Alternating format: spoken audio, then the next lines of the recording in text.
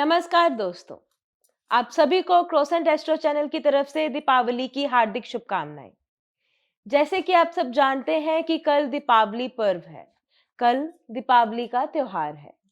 तो इस दिन को कैसे मनाया जाता है, इस दिन पूजा कैसे की जाती है और इस दिन किसकी पूजा की जाती है, आज हम इसी विषय पे चर्चा करने जा रहे हैं।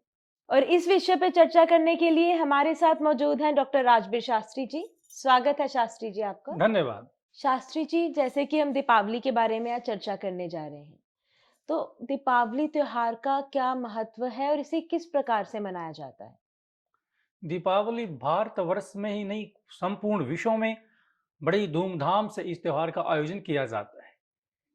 जबकि मुख्य रूप से जब हम इसके विधान के पीछे अपने ध्यान को लेकर जाते हैं, तो श्री रामचंद्र जी, जो कि विष्णु अवतार हैं स्वयं, अपनी नगरी अयोध्या में जब वापिस लौटते हैं, रावण को पराजित करने के पश्चात, तो लोग उनके आगमन में दीप प्रज्वलित करते हैं, उनका स्वागत करते हैं।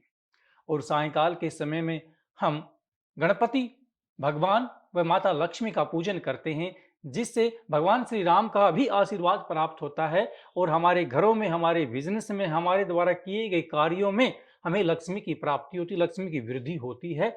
इसलिए ये जो त्यौहार है, लक्ष्मी पूजन व रामचंद्र जी के ध्यान में उनकी विजय के उत्सव के रूप में हम मनाते हुए इसकी क्रिया में प्रवेश करते हैं, अर्थात भगवान श्री रामचंद्र जी का ध्यान किया जाता है।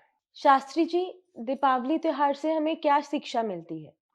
दीपावली त्योहार से यदि हम शिक्षा की बात करें, क्योंकि भारतवर्ष की जो हमारी सनातन संस्कृति है, उसके माध्यम से जितने भी हमारे फेस्टिवल हैं, जितने भी हमारे त्योहार हैं, उनके माध्यम से कोई ना कोई शिक्षा हमारे को प्रदान की जाती है, दी जाती है। सर्वप्रथम तो इसमें एक शिक्षा ये मिलती है, जब भी कोई व्यक्ति किसी भी कार्य में सफलता प्राप्त करने के पश्चात अपने घर की तरफ आता है, अपने नगर की तरफ आता, अपने ग्राम में प्रवेश करता है, तो उसकी सफलता पर हम धूमधाम से उसका स्वागत करते हैं। जिस प्रकार से यदि आज भी आधुनिक युग में देखोगे, कोई खिलाड़ी हमारे देश के लिए गोल्ड मेडल लेकर आता है, सरकार भी उसका सम्मान करती है, पूरा गांव, पूरा डिस्ट्रिक्ट मिलकर उसका स्वागत करते हैं। इस उत्सव पर हमें श्री राम के जीवन से शिक्षा ग्रहण करनी चाहिए। जिस प्रकार से मर्यादा का पालन करते हुए श्री रामचंद्र जी अपने पिता की आज्ञा का एक बार भी निषेध न करते हुए 14 वर्ष के लिए वनवास में चले जाते हैं, इससे बड़ा बलिदान क्या होगा। ये आज के युवा को भारतीय संस्कृति के लिए रामायण के माध्यम से बहुत बड़ी शिक्षा दी गई है। जिस प्रकार से इस त्योहार को हम मनाते हैं, प्रत्येक पुत्र को राम की तरह मार्ग का अनुसरण करना चाहिए, अपने पिता की आज्ञा का पालन करना चाहिए। अनेकों घर आज भी हमारे टूटने से बच सकते हैं यदि हम राम के मार्ग का अनुसरण करें। इसलिए राम के मार्ग का अनुसरण करते हुए हमें श्री राम की स्तुति करते हुए इस दिन को व्यतीत करें। वह सायंकाल गणपति व लक्ष्मी जी का हमें ध्यान करना चाहिए। इनके पग पग पर अनेकों प्रकार की शिक्षाएं हमें प्राप्त होती हैं, जो कि हमारे जीवन को एक आस्थामय बनाते हुए धार्मिक महत्व के पहलू को समझाता है और आने वाली पीढ़ियों को पाश्चात्य सभ्यता के बुरे प्रभाव से बचाने की चेष्टा का मार्ग दिखाता है। तो एक ये त्यौहार हमारे लिए सबसे उत्तम है और हमें इस त्यौहार के महत्व के बारे में हमारे बच्चों को बताना भी चाहिए कि इसका एक उद्देश्य क्या है। शास्त्री जी, इस दिन हम माँ लक्ष्मी की पूजा क्यों करते हैं?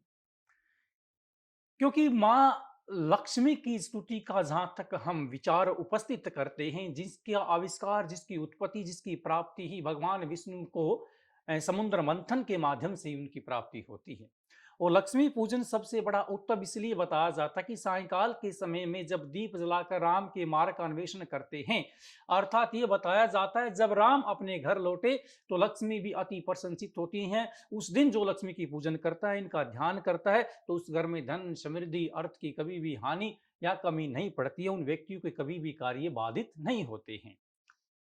जिस प्रकार आपके सामने एक शब्द उपस्थित होता है, जैसे किसी व्यक्ति का नाम हम संबोधित भी करते हैं, रमेश।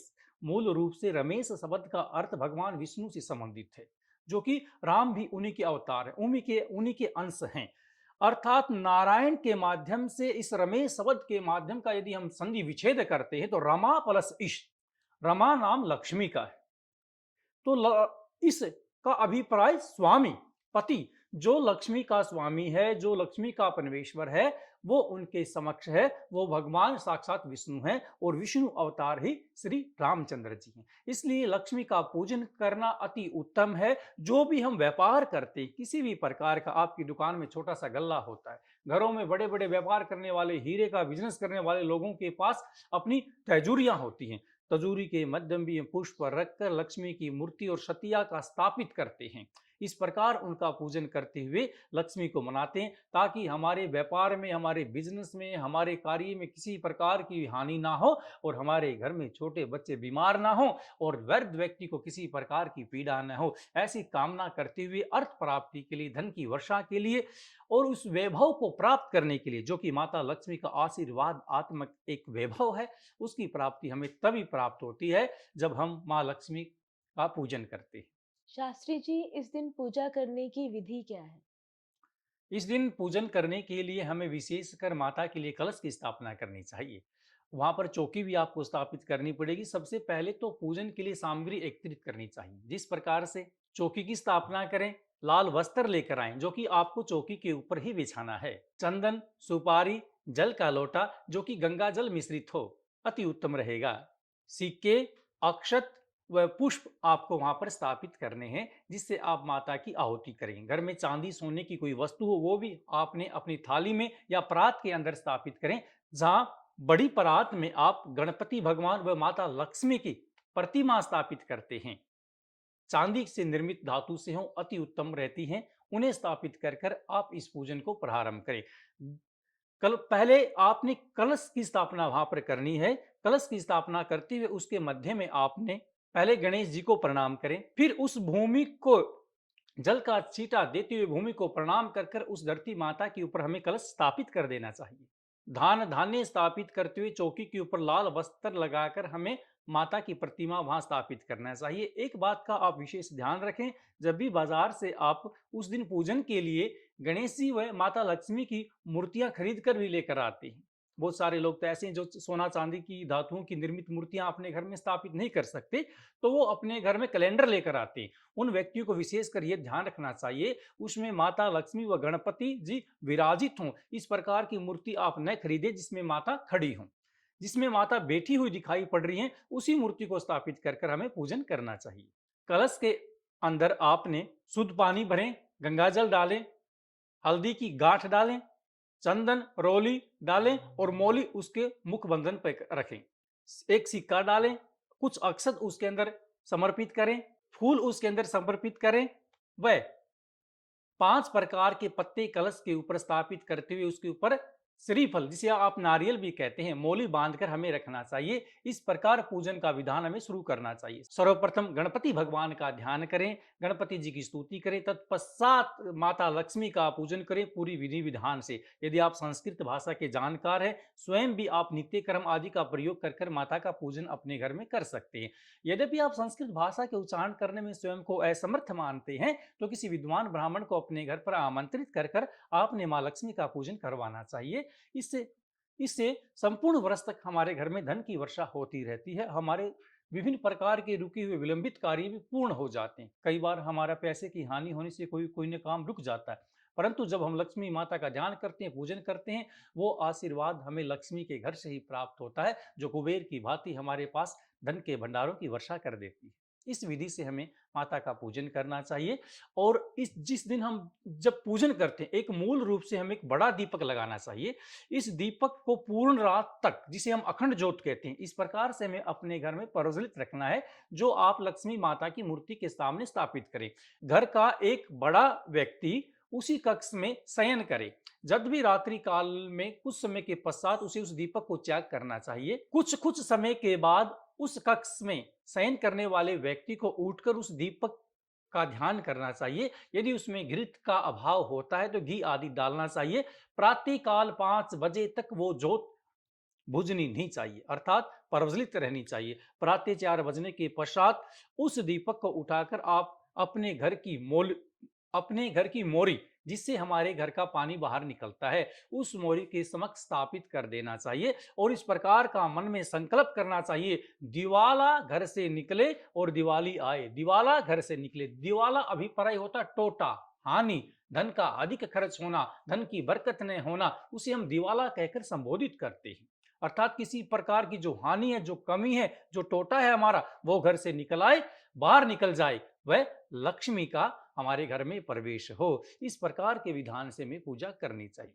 यद्यपि अखंड आप ज्योत जलाते हैं तो परमात्मा के द्वारा ऐसा बताया जाता है हमारे शास्त्रों में भी, प्रत्येक घर में माता लक्ष्मी अपनी दया दृष्टि को व्यतीत करती है, अर्थात एक दर्शन के माध्यम से देखती है। जिसके घर में माता का पूजन अच्छी प्रकार से किया जाता है, अखंड ज्योत जलाई जाती है, उन घरों के ऊपर माँ लक्ष्मी की कृपा सर्वदा बनी रहती है।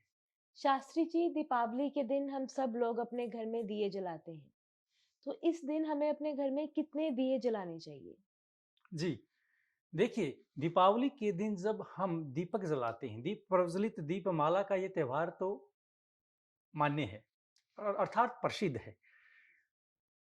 कुछ व्यक्ति अपने सामर्थ्य के अनुसार दीप जलाते हैं, कहीं पर 11 दीपक जलाए जाते हैं, कुछ 21 जला लेते हैं, कुछ 51 हैं, और किसी व्यक्ति का घर हवेली ज्यादा हो तो वो असंख्या में दीपों को प्रज्वलित करते हैं, अपनी दीवारों पे, मंडेरे के ऊपर, घर पे, बारजे आदि के ऊपर लगाते हैं। आज तो दीप का प्रभाव कुछ परिवर्तनशील भी हो गया, दीपक ने भी रेडीमेड स्थान ले लिया, लड़ियां आदि आ जाती हैं, विद्युत संबंधित उपकरणों के द्वारा भी हम घर के सामने चमकीली आदि रोशनी प्रकट करते हैं। परंतु जो दीप का विधान बताया, 11, 21, 51, 101 तक आप दीपक दीपक घर में प्रज्वलित कर सकते हैं इस अवसर के ऊपर। परंतु जो मुख्य हमारा इस दिन का दीपक होता है, वो बड़ा दीपक अखंड ज्योत वाला, जहां पर हम पूजन करते हैं, उसी स्थान पर स्थापित किया जाता है, जो कि पूरी रात तक प्रज्वलित रहता है। शास्त्री जी, इस साल वर्ष 2023 में दीपावली किस दिन है और इस दिन का शुभ मुहूर्त क्या है? इस वर्ष भारतवर्ष में 12 नवंबर 2023 को दीपावली का त्योहार धूमधाम से मनाया जाएगा। यदि हम इसके शुभ मुहूर्त की समय अवधि की बात करें तो सायकाल 5:07 से लेकर 6:57 तक अति शुभ मुहूर्त मान्य रहेगा। अर्थात किसी व्यक्ति को कहीं बाहर से आकर भी अपने घर में प्रवेश करते हैं या कोई मेहमान का इंतजार करते हैं, किसी कारण से विलंब हो जाता है, तो सामान्य रूप से आप अपने घर में 9 बजे तक भी इसका पूजन विधान रख सकते हैं। इसमें किसी प्रकार की व्याधि निषेध नहीं है, वो आपकी कार्य विधि के अनुसार ही संपन्न होना चाहिए। परंतु सर्वप्रथम जो बात इस पूजन में ध्यान रखने की आपके लिए है कि श्रद्धावानम लभते ज्ञानम, आपकी श्रद्धा होनी अति आवश्यक है माँ लक्ष्मी के प्रति। ऐसा बताया जाता है शुभ लाभ का जहाँ पर वास होता है, रिद्धि सिद्धि जिनकी पत्नी है और गणेश जी उनके पास में विराजित हैं, उस गणेश प्रतिमा के साथ में लक्ष्मी माता का जब पूजन हम करते हैं, साक्षात इन दो देवताओं का हमें आशीर्वाद प्राप्त होता है। जो गणपति को पुकारते हैं, गणपति को ध्यान करते हैं, वो भगवान महाकाल शंकर जी का आशीर्वाद भी प्राप्त कर लेते हैं। इसलिए इस समय अवधि में आप अपने घर में पूजन कर सकते हैं, जो कि आपके लिए अति शुभदायक रहेगा। शास्त्री जी, दीपावली के दिन हमें किन चीजों का खास ध्यान रखना चाहिए? इस दिन हमें अपने नाखून नहीं काटने चाहिए, बाल नहीं कटवाने चाहिए, शुद्ध वस्त्रों को धारण करना चाहिए। यदि यदि कोई स्त्री है जो विवाहित है, उसे लाल रंग की साड़ी या सूट अपनी सास को दान करना चाहिए, इससे भी लक्ष्मी माता का हमें आशीर्वाद प्राप्त होता है।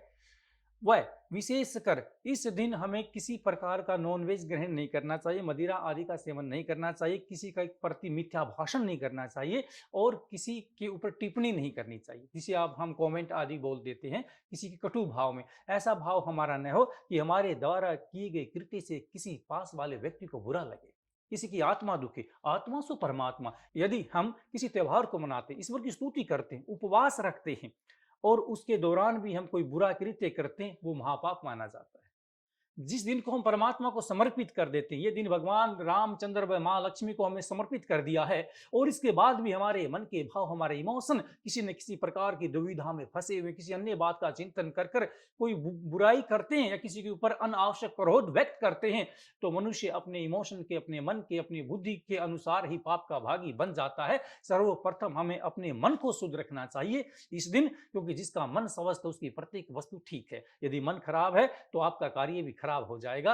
विशेषकर अपने मन को शुद्धता रखें और माँ लक्ष्मी श्री राम का ध्यान करते हुए, गणपति को मनाते हुए अपने दिन को व्यतीत करें। फिर देखें आपके जीवन में किस प्रकार से खुशहाली की प्राप्ति होती है। इन बातों का विशेषकर आपको इस दिन ध्यान रखना चाहिए। शास्त्री जी, आज आपने हमें दीपावली के बारे में ढेर सारी जानकारी दी। इसके लिए आपका बहुत-बहुत शुक्रिया। मंच पर आमंत्रित करने के लिए अभिवादन व्यक्त करते हैं। आज हमने दीपावली के बारे में चर्चा की। उम्मीद है हमारे दर्शकों को आज का हमारा कार्यक्रम बेहद पसंद आया होगा और उनको ढेर सारी जानकारी मिली होगी। इस साल दीपावली आप भी विधि विधान से मनाएं और पूजा को विधि विधान से ही करें। ऐसी ही और जानकारी के लिए आप बने रहिए हमारे साथ क्रोसेंट एस्ट्रो पर। आज का कार्यक्रम आपको कैसा लगा हमें कमेंट बॉक्स में जरूर बताएं। जय श्री राम।